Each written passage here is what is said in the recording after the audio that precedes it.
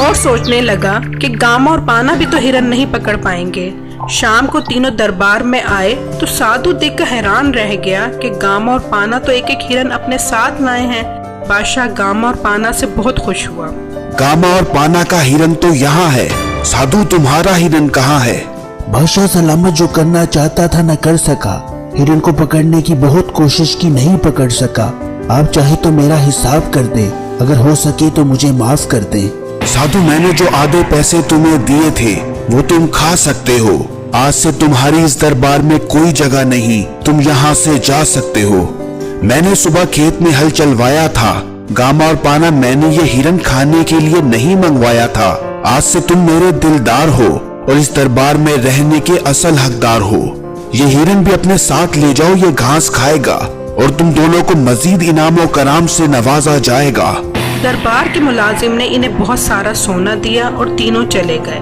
اتنے میں ایک درباری نے بادشاہ سلامت سے کہا، بادشاہ سلامت، محبت کا رشتہ انٹوٹ ہے، آپ جو دیکھ رہے ہیں وہ جھوٹ ہے۔ جنگل میں بہت سارے مور ہیں، گاما اور پانا ہی اصل میں کام چور ہیں، سادھو کو نیچا دکھاتے ہیں اور آپ کو دیکھتے ہی کام میں لگ جاتے ہیں۔ سادھو بہت خوددار ہے، دکھاوے کی محنت نہیں کرتا، بہت ایماندار ہے۔ میں کھانا کھانے جا رہا ہوں، آج مجھ سے رہا نہیں گیا، اس لیے آپ کو بتا رہا ہوں۔ یہ سن کر بادشاہ سلامت نے کہا، آج کا سورج ڈھل جائے گا، اچھا تو یہ بات ہے، اس چیز کا بھی کل پتہ چل جائے گا۔ بادشاہ کے ذہن میں ایک ترکیب آئی اور اگلے دن بادشاہ نے پھر تینوں کو دربار میں بلایا اور کہا، شام کا کھانا ہمارے ساتھ کھائیے۔ سادھو میں نے سوچا ہے تمہیں ایک اور موقع دینا چاہیے۔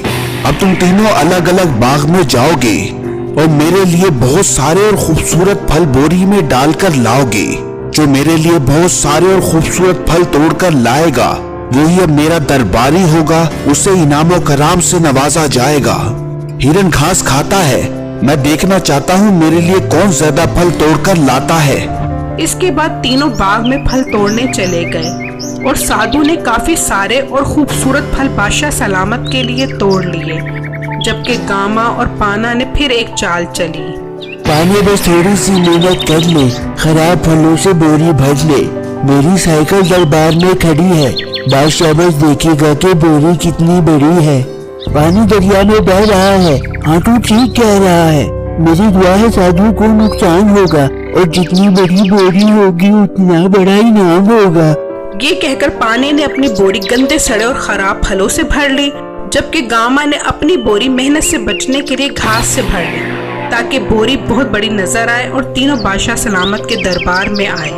گاما اور پانا تمہاری بوری بہت موٹی ہے اور سادھو تمہاری بوری بہت چھوٹی ہے۔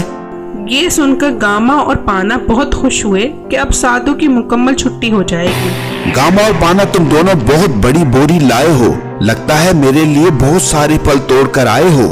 جی بادشاہ سلامت، ہم نے دریاؤں کے رخ موڑے ہیں، کڑی محنت کر کے آپ کے لیے یہ خوبصورت پھل توڑے ہیں۔ ہم سخت دھوپ میں سڑتے ہیں پر اپنی محنت میں کوئی کمی نہیں کرتے ہیں۔ جیل کی چابی تالے میں جائے گی، ہاں تمہاری محنت ہی تمہارے کام آئے گی۔ یہ کہہ کر بادشاہ نے اپنے درباری کو کہا، ایک درباری جیل کی چابی لے کر آئے، میرا حکم ہے ان تینوں کو ان کے پھلوں کے ساتھ ایک ماہ کے لیے جیل میں قید کر دیا جائے۔ آپ کے الفاظ امانت، جو حکم بادشاہ سلامت۔ پھر درباری نے تینوں کو ان کے پھلوں کی بوری کے ساتھ قید خانے میں بند کر دیا۔ سادھو کے پاس تو بہت سارے اور بہت اچھے پھل تھے، وہ تو 30 دن تک اپنا گزارا وہ پھل کھا کر کرتا رہا، جبکہ پانا کے پھل گلے سڑے تھے، اس لیے وہ 30 دن تک یہ پھل کھا کر زندہ تو رہا مگر بہت بیمار ہو گیا۔ اور گاما جس نے بوری میں گھاس جمع کی تھی وہ 15 دن بعد ہی مر گیا۔ یہ کہانی سننے کے بعد مجھے اور آپ کو یہ ضرور سوچنا ہوگا کہ ہم اس دنیا کی زندگی میں اپنے لیے کیا جمع کر رہے ہیں۔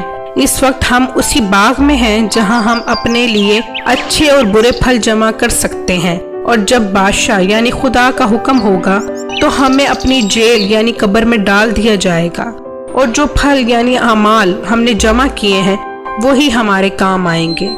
میری اس ویڈیو کو لائک اور میرے چینل کو سبسکرائب ضرور کیجیے گا، اور مجھے کمنٹ باکس میں اپنی رائے سے ضرور آگاہ کیجیے گا۔